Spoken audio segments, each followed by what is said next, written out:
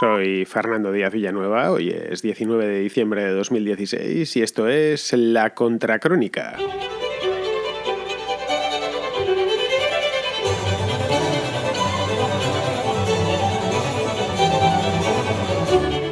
A falta de mejores historias, este fin de semana la prensa, o al menos la prensa española, que es la que me pilla más cerca, le ha dado mucha cobertura a la guerra en Siria. Me ha sorprendido porque llevaban como 2 o 3 meses que no se fijaban mucho en Siria. Yo no es que siga diariamente el conflicto, pero sí todas las semanas procuro leerme 2 o 3 articulillos en la prensa internacional sobre cómo van las cosas allí y cómo va evolucionando. En concreto, sobre lo que se han interesado, lo que les ha llamado la atención a los periodistas españoles ha sido la evacuación de Alepo. No se han sacado los autobuses, etcétera. Supongo que los que estéis en España o estéis en el extranjero, pero leéis prensa española, habréis sido víctimas de esta alepofilia que ha entrado en concreto desde el viernes pasado. Alepo es la primera ciudad de Siria. A veces no lo tenemos en cuenta o mucha gente no lo sabe. Es más importante o fue en tiempos más importante que Damasco. Y ahora mismo tiene 4 contendientes peleando dentro o en los alrededores de la ciudad. Está el gobierno, están los rebeldes, están los kurdos, un poquitín más al norte, y está lo que queda del ISIS. Es un póker en el que es poco menos que imposible encontrar un bando bueno. Y es poco menos que imposible porque no lo hay. Constatar este hecho provoca una confusión máxima, me consta que es así, entre los que gustan de dividirlo todo entre buenos y malos. Claro, sucede que el mundo no es blanco y negro, como os he dicho en muchas ocasiones, y no es fácil encontrar culpables y salvadores simplemente porque no suele haber de lo uno ni de lo otro.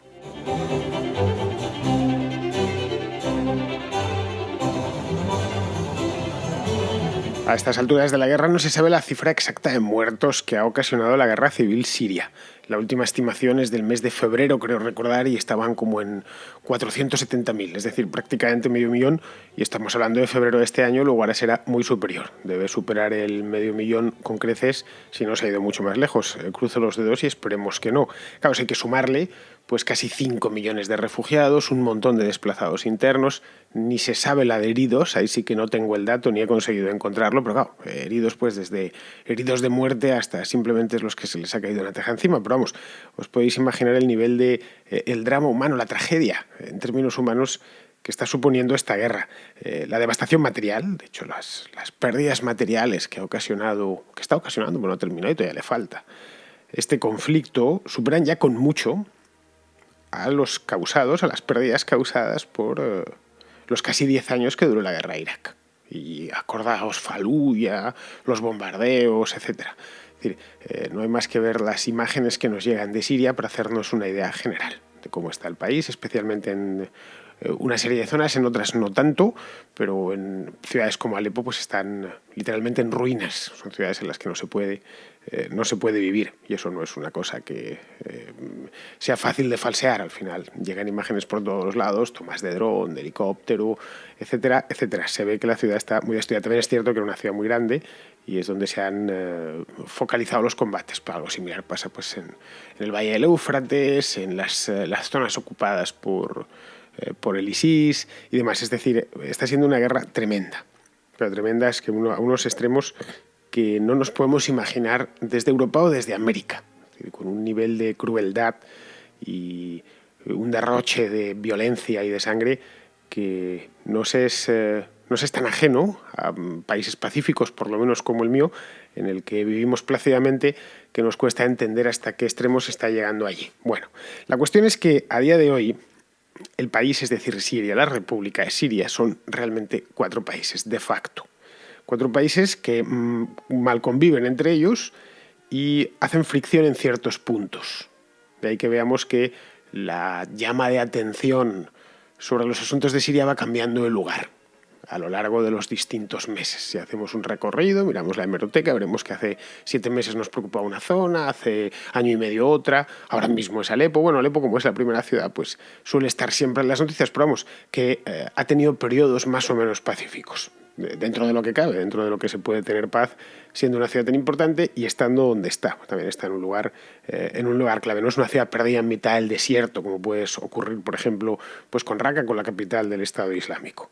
Estos 4 países que forman la Siria actual son vamos, os los repaso brevemente. La parte norte del país, la que hace frontera con Turquía, no sé si tenéis el mapa de Siria en la cabeza, y si no lo tenéis, bueno, pues la ventaja de la radio es que no te quita los ojos. Podéis ir a mirarlo al móvil o a internet y podréis mirar más o menos la forma de triángulo que tiene Siria, pues la parte, el lado superior, el que pega con Turquía, pues todo eso, esa franja, está en manos de los kurdos, bueno, de una alianza. Han creado un pequeño estado que se llama Rojava, quiero haberlo explicado ya en alguna contracrónica anterior sobre este tema, y estos están, de hecho es la única parte medio civilizada de lo que hay en Siria, dentro de lo que cabe.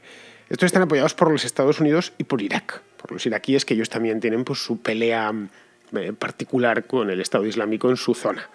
Luego está la costa, es decir, la costa mediterránea, no es una costa muy larga, la de Siria. La zona fronteriza con el Líbano y la capital, que es Damasco, pues toda esa zona pertenece o está controlada por Bashar al-Assad, que es el presidente de Siria. Digamos que es la parte controlada por el gobierno legítimo. El desierto del interior, el interior de Siria es un desierto gigantesco, atravesado por un río, el río Éufrates, y toda su ribera. Esos son los dominios del Estado Islámico, donde está la ciudad esta de Raqqa, a la que hacía referencia hace un momento.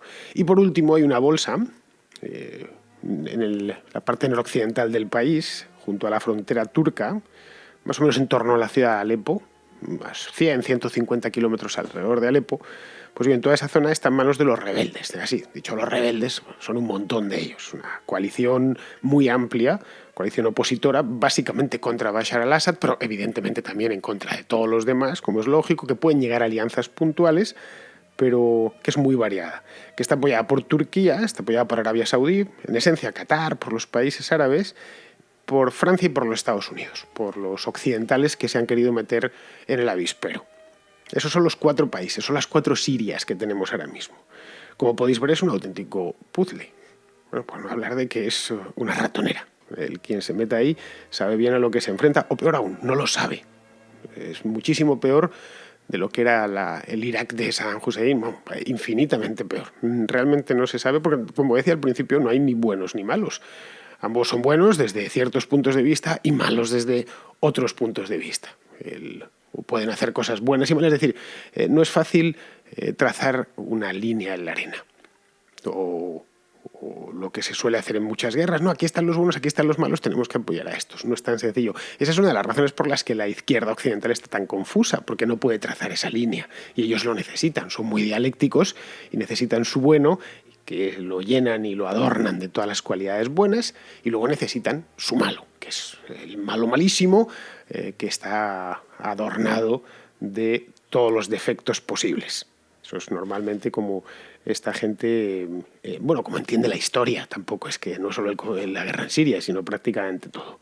Es una guerra, de hecho, esta de Siria, perfectamente diseñada para que nadie la gane y dure eternamente.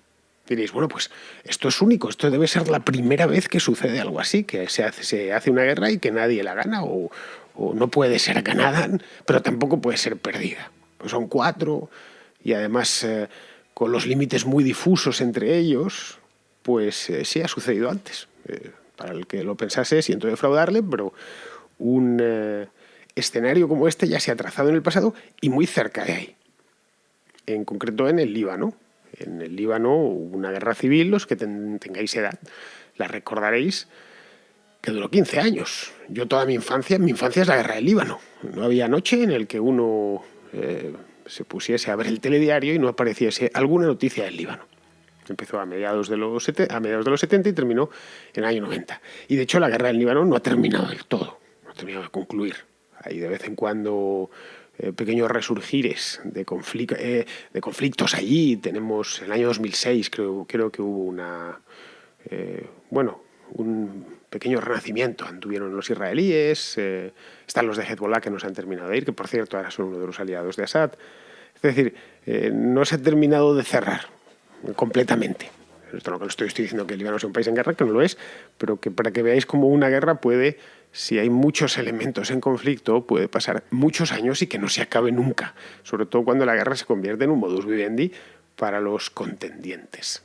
Es el estado de guerra permanente. De hecho, Si lo miramos un poco desde el punto de vista más histórico, casi antropológico, nos encontraríamos que el estado de guerra permanente es muy del ser humano, que las sociedades primitivas funcionan de esta manera, en un estado de guerra continuo, con señores de la guerra peleándose continuamente.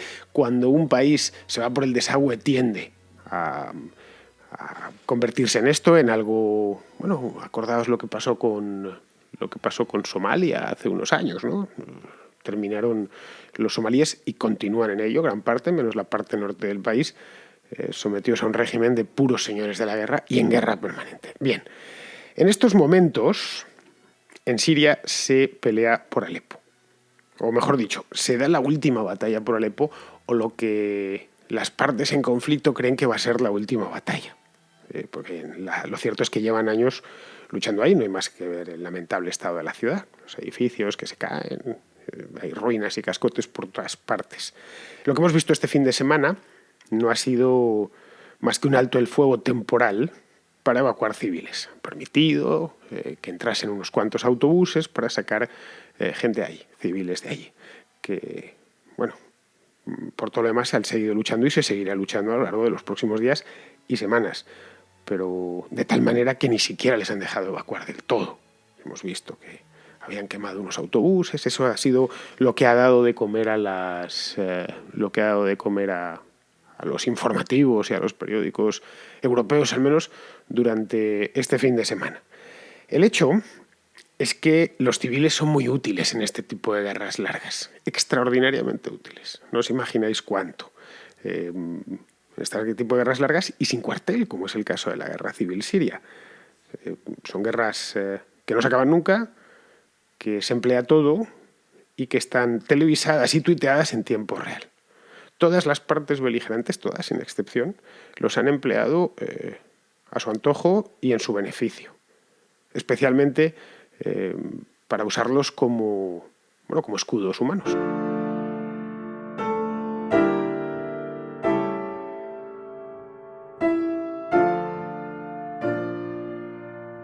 El resultado de emplear los civiles para estas cosas, que no es la primera vez que se hace esto en Oriente Medio, lo de utilizar a civiles, a niños, es algo que nos retuerce por dentro solo pensarlo, pero el hecho es que está ahí y que se utilizan en estas guerras tan salvajes y que diría casi que forma parte de la cultura bélica del lugar. Lo hemos visto bastantes veces en Palestina, cómo se utiliza especialmente a niños como escudos humanos, que la población civil, digamos, es una garantía. Disponer de civiles, el Estado Islámico los utiliza continuamente, disponer de civiles es una ventaja estratégica, o como mínimo táctica, a la hora de presentar batalla. Este tipo viene cargado de armas, pero yo tengo civiles. Tengo, 3.000, 4.000 civiles, mujeres, niños, ancianos, que poner delante. Teniendo en cuenta que hoy hay cámaras en todos los lados, y desde hace ya muchos años hay cámaras en todos los lados, es una ventaja táctica, porque esas cámaras automáticamente se van a conectar al satélite y esa misma noche en Nueva York o esa misma noche en París van a estar esas imágenes de un ejército bombardeando civiles. Son muy útiles a la hora del apartado de las relaciones públicas o de la propaganda. Entonces, esa es la razón por la que procuran mantener civiles. En otras guerras se permite, lo primero es por favor que salga la gente y ya nosotros nos enfrentamos y dejamos esto como un solar. No es el caso ni muchísimo menos. Esa es la razón, a fin de cuentas, por la que, las dos partes les bombardean. Consideran que el otro lo está empleando como ventaja táctica y de ahí que se estén dando estas masacres, ¿no? Estas masacres de civiles que tanto nos conmueve cuando las vemos desde aquí, desde la lejanía. Caray, por eso hay tantos muertos y especialmente tantos refugiados, para que uno salga corriendo y se cruce media Europa. Y entre los refugiados que han entrado en Europa, pues evidentemente hay de todo. Han entrado criminales, han entrado islamistas, pero también ha entrado buena gente que salía horrorizada de la guerra, familias con niños y demás. Ha sido un grupo extraordinariamente grande en el que se ha colado de todo. Pues bien, para que alguien lo abandone todo, abandone su casa, su hogar, todo lo que tenía y recorra medio mundo, ellos antes de llegar a Alemania o a Bélgica habían estado en Turquía mucho tiempo, habían ido en una tienda o han cruzado a Irak, han cruzado a Jordania. Hay refugiados sirios en todo el perímetro del país, incluso en el Líbano. pues ya tiene que haber un nivel de destrucción muy grande y los civiles tienen que saber que realmente no están seguros. Es decir, que van a ir directamente por ellos. Entonces, está este uso tan intensivo de los civiles por parte de todas las fuerzas presentes en el teatro de operaciones es otra de las características de esta guerra. Los más enterados en el tema, es decir, la gente que la sigue, ya sea porque ha estado allí o porque la sigue directamente, pues los siriólogos, ¿no? En Estados Unidos los hay muy buenos que están siguiendo. Siempre ha habido buenos analistas de Oriente Medio, pues especialmente desde la guerra de Irak, gente que está muy enterada, que habla el idioma, que le puede leer en su propio idioma y tal. Pero los más enterados del tema aseguran que la victoria de Bashar al-Assad, es decir, del gobierno de Siria, el gobierno legítimo de Siria, y los rusos, que van de la mano, pues es más o menos segura. Que más allá de lo que hemos visto estos días, de los autobuses, etcétera, que es segura, que van a terminar haciéndose con Alepo. De conseguirla, el presidente pues, sería por ahora su principal victoria en 5 años. No lo olvidemos, la guerra empezó en el año 2011, en concreto en el mes de marzo, creo, de 2011. Es decir, ya va a entrar en su 5.º año. Pasaría a controlar la primera ciudad del país y toda su área de influencia. Claro, pero esto no le daría el control completo de Siria, ni muchísimo menos. Siria es mucho más grande. Es decir, aun eliminando por completo a los rebeldes de esa zona, la coalición norteña, esto de Rojava, seguirían ahí. Y el Estado Islámico también. Es decir, se habría eliminado a una de las fichas del ajedrez sirio, pero quedarían todavía 3, o quedarían otras 2 que tendría que sacar de ahí de alguna manera. La estrategia Assad actual, por lo que se ve, no es que la haya hecho pública ni muchísimo menos, viene más o menos a ser la siguiente. Lo primero, que es en lo que está ahora mismo, quiere arrinconar a los rebeldes contra la frontera turca. Si tenéis el mapa delante, para que os hagáis una idea. La parte de la frontera turca, arrinconarlos contra ella, que no puedan cruzarla, pero que tampoco puedan enfrentarse a las fuerzas de Siria, combinadas de Siria más Rusia. Y allí aniquilarlos pues con el concurso entusiasta de la aviación rusa, que por cierto ha enviado un portaaviones, el único que tiene, pues ha enviado un portaaviones a la costa mediterránea. Y esta zona de la frontera turca no queda muy lejos del Mediterráneo. Es decir, se podrían hacer operaciones desde el mar a tierra adentro. Es decir, proyectar la fuerza del portaaviones tierra adentro porque no es muy lejana. Es decir, los cazas no tendrían que volar, internarse demasiado en el país. Esa sería la primera parte, que es en la que está. La segunda sería llegar a algún tipo de acuerdo con los kurdos y los iraquíes y los estadounidenses, obviamente, es decir, con los otros rebeldes, para limpiar el valle del Éufrates de los guerrilleros del Estado Islámico. Es decir, sacar al ISIS, borrar al ISIS de la ecuación, que todavía siguen teniendo, de hecho han recuperado Palmira y siguen peleándose con ellos. Es decir, en lugar de tener que combatir a 2 frentes, como está haciendo ahora, centrarse solo en uno. Y para eso necesita eliminar a uno de ellos. En este caso, a los rebeldes que tiene en Alepo y que ha tenido en Alepo estos últimos años, que le habían birlado a la principal ciudad del país. Si sale bien, si estas 2 fases le salen bien, es decir, si consigue eliminar a los opositores de Alepo y demás, sacarlos, borrarlos, ya sea, evidentemente cuando digo eliminar en sentido estricto. Allí las cosas ya sabéis cómo se hacen. Pues estaríamos, o estaría él, ante un nuevo dilema. Porque el norte seguiría en manos de los kurdos, que por cierto han montado allí un pequeño estado, bastante estable dentro de lo que cabe. Y además reclamarían su parte de botín de lo arrebatado al ISIS en el Valle del Éufrates. Más reclamarían legitimidad, sobre todo, oye, que hemos sido socios, hemos sido aliados, y además estamos bien acantonados y además tenemos el apoyo de los Estados Unidos. A caso de que se mantenga ese apoyo, obviamente.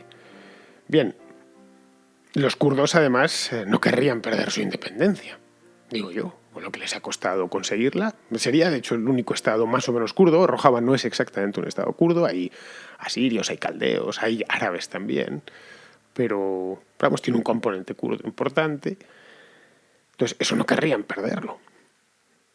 Es un estado que se autogobierna ya desde hace como 4 años y que está protegido por Estados Unidos y que dentro de lo que cabe, en todo aquel toda aquella casa de locos es el lugar más razonable y más sensato. Bien. Entonces, estaríamos ante un dilema serio, que implicaría necesariamente la partición de Siria. Claro, eso es fácil decirlo, pero muy difícil de hacer. Estamos hablando de que Bashar al-Assad renunciase a una parte de lo que él considera su país. Es decir, ¿podríamos llegar hasta la partición de Siria? Pues no lo sé, pero nos conducirían los hechos a eso mismo, a aquel país, o a una guerra todavía más letal con más implicaciones internacionales. No lo sé lo que podrá suceder, no tengo ni idea. Depende evidentemente de muchas cosas. Depende de que, como es obvio, a Bashar al-Assad le salga todo lo anterior bien, de que Donald Trump consienta, es decir, diga bien, adelante, vamos a partirlo o no vamos a partirlo, o yo retiro mi apoyo a los del norte, a los Rojava y tal, y esto, bueno, pues que pasen tranquilamente los rusos y los sirios o los damascenos, en este caso, los que viven de Damasco, que los iraníes acepten el arreglo. Olvidemos que los iraníes tienen su parte kurda y los turcos también. Es decir, que Turquía e Irán acepten el acuerdo. Es decir, que los iraquíes no lo consideren una amenaza. Han estado aliados, pero podrían dejar de estarlo. Es decir, como veis, la cantidad de escenarios que se abren ya es mucho mayor. Es más, si se da esto el año que viene, y espero que lleguemos a una situación de este año que viene, porque implicará, entre otras cosas, que el Estado Islámico ha desaparecido y se queda reducido el conflicto a dos partes, luego es mucho más fácil llegar a un acuerdo de paz con dos partes que con cuatro. Nos encontraremos ante esto. No sé, quizá el tiempo me dé la razón y tenga que recuperar este podcast dentro de unos meses y decir, bueno, más o menos es como lo había trazado yo en aquel momento. Así que, entre tanto, todos no son más que distintas partes de la estrategia preconcebida por parte de Rusia y del gobierno de Siria para llegar a un punto inevitable que yo creo que terminará siendo la partición del país.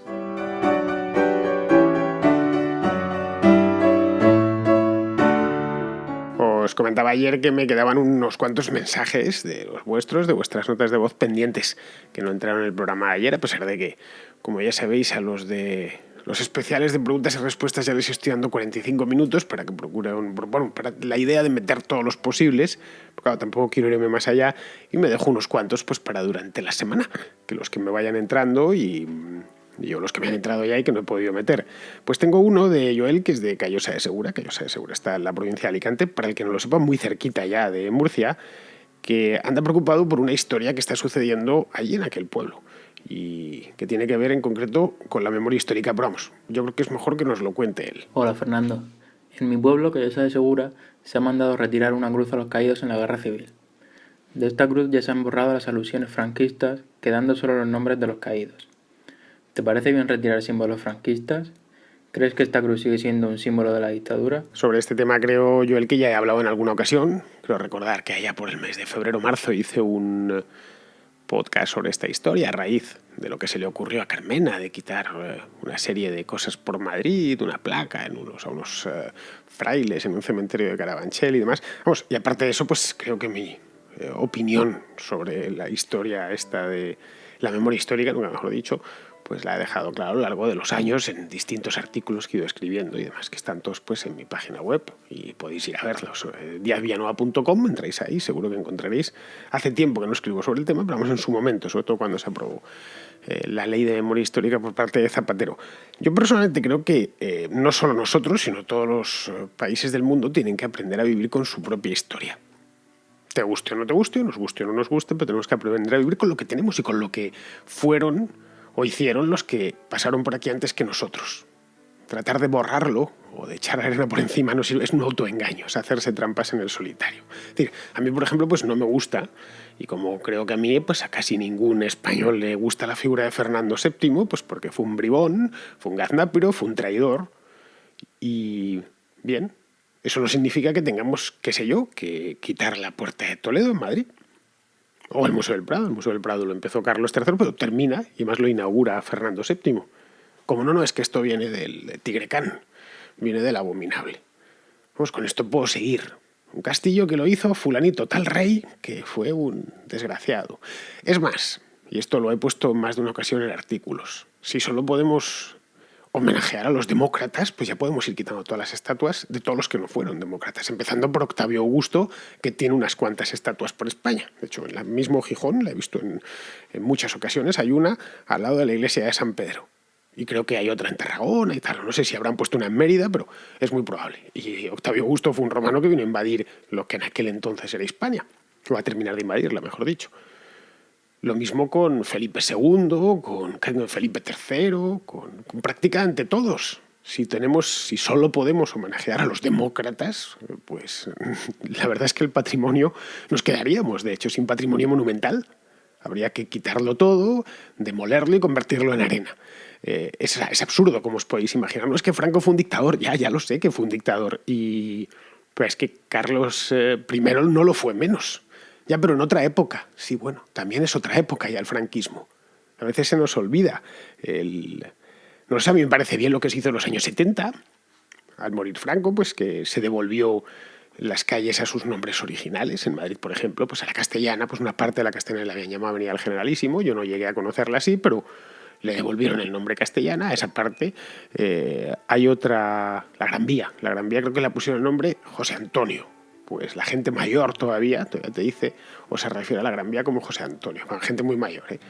Y se le cambió y se le devolvió el nombre, que era el normal de la calle, por el General Mola, creo que lo cambiaron no lo cambiaron, lo devolvieron al nombre Príncipe de Vergara, y eso no me pareció mal, en absoluto. O cuando se quitaron el yugo y las flechas del edificio del Movimiento Nacional, que ahora creo que es el Ministerio de Educación, pues tenía toda la lógica del mundo. Aquel partido movimiento haya desaparecido y ya no tenía ningún sentido que estuviese eso ahí. Sí que pertenecía de una manera directa y política a lo que había sido el régimen, se quitó en su momento, sin ningún problema. ¿Que había que reconocer a los del otro bando en la guerra civil? Sin ninguna duda. Es decir, que a los caídos del lado republicano y levantarles monumentos y lo que hiciese falta. Y recuperar sus cadáveres si se localizaban y todas estas cosas se hicieron en los años 70. No lo olvidemos. Y a los que soldados, a los que habían luchado, oficiales que habían sido en tiempos y que todavía estaban vivos, pues se les restituyeron los honores, se les igualó la pensión, etc. Es decir, todas esas cosas se hicieron en su momento y estaban muy bien hechas. A fin de cuentas, una reconciliación nacional y fuera. Y a partir de ahí, bueno, pues esto es historia. Los españoles del año 1980, gran parte de los españoles ni habían vivido la guerra civil y el país tenía que seguir a lo suyo, pues tenía que seguir viviendo lo suyo, simplemente. No puedes estar mirando continuamente hacia lo que ha pasado. Pero vamos, por lo demás, por lo que me preguntas, yo no creo que una cruz a los caídos sea un monumento franquista.